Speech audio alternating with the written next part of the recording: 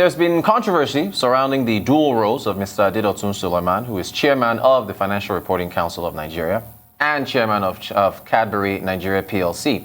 Our sister publication, This Day, spoke to Mr. Sulaiman, and he said there's no cause for worry because he made a full disclosure of his directorships in many companies, Cadbury PLC inclusive, when he was approached to chair the FRC. Now, stakeholders have expressed concerns that the FRC might not be able to impartially determine cases involving Cadbury PLC, if they should arise, on account of Mr. Sulaiman's dual relationships with the two organizations. Joining me to discuss this is Arise business analyst Chika Mbonu.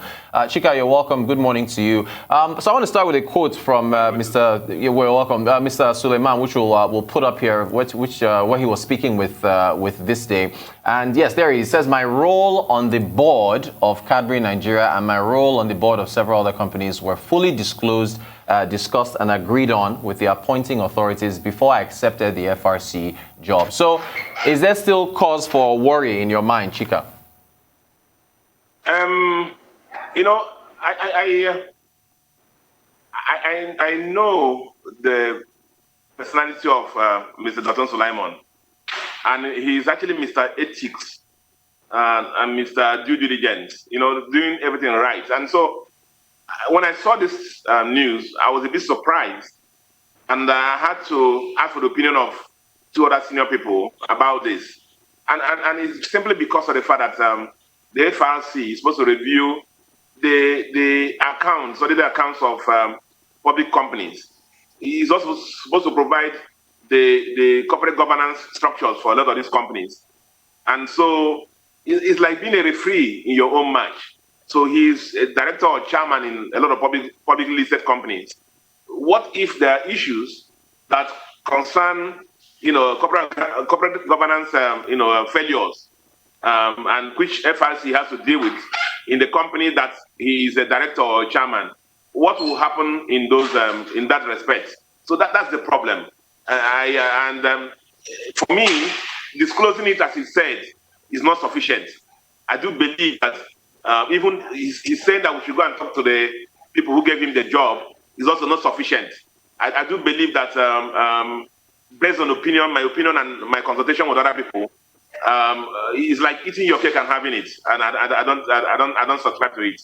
Thank you for that, Chika. So you've already mentioned the FRC. Let's take a look at some facts about the FRC for our viewers, and looking at their emphasis on corporate governance. So parastatal under the Federal Ministry of Industry and Trade, they protect some of the objectives, protect investors and other stakeholders, guidance on financial reporting, guidance on corporate governance, enhance credibility of financial reporting, improve quality of accountancy and audit services. So you would say then, based on your comments now, that the stakeholders who have raised concerns, that they are right in raising those concerns, Chika?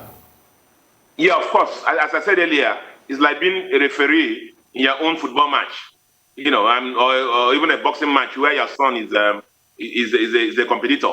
I do believe that the simple question is, if, let's even pick Cadbury, if there are corporate governance failures that are being addressed by FRC, where he's the chairman, how is he going to handle it?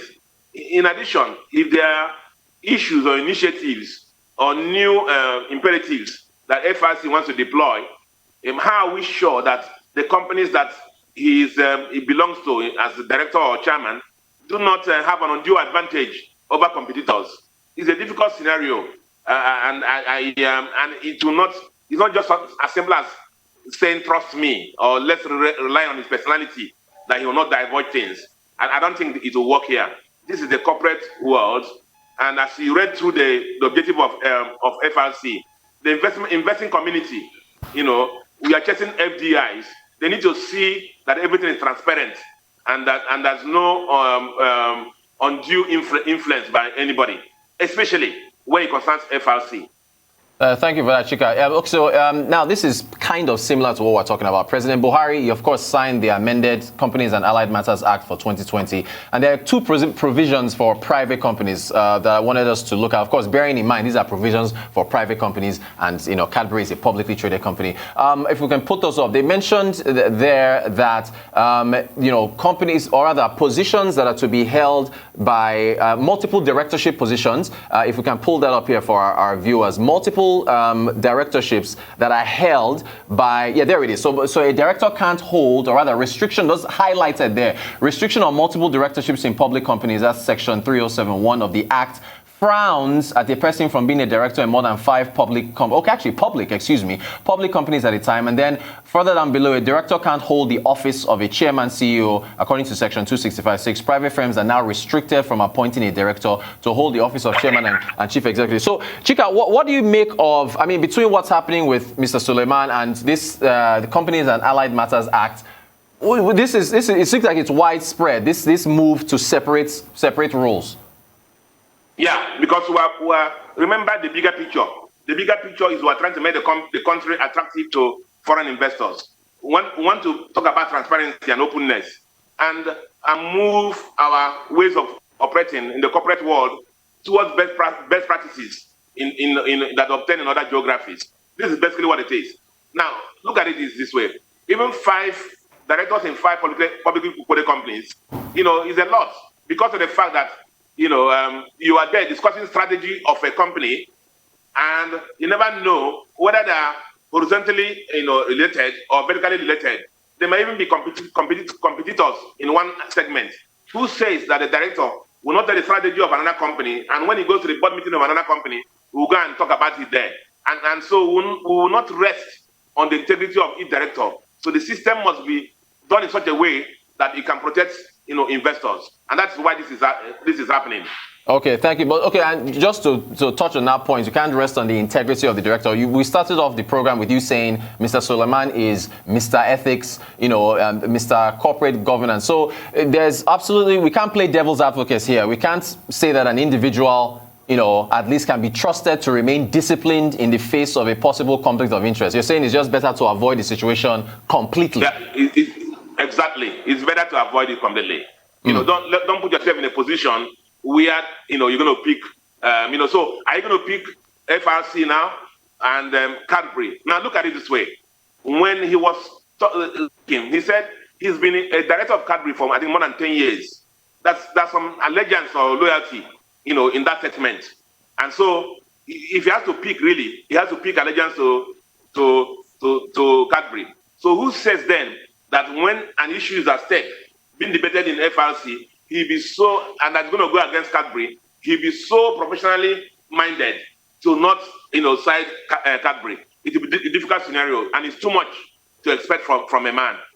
Okay, thank you for that point. Let the system take care of it. Fine, okay, let the system take care of it. So that's my next question for you. On the regulatory side of this, shouldn't there be a law against this so it is black and white? What we're seeing is, you know, ethical guidance with respect to corporate governance. Why not just make it a law and completely outlaw it at once? Yeah, because I'm even surprised at those. He said in his interview that he was approached for that position, and he disclosed to them that he's a director in so many companies, and he's not going to give up these directorships, and if he has to do this job. And they say, go ahead.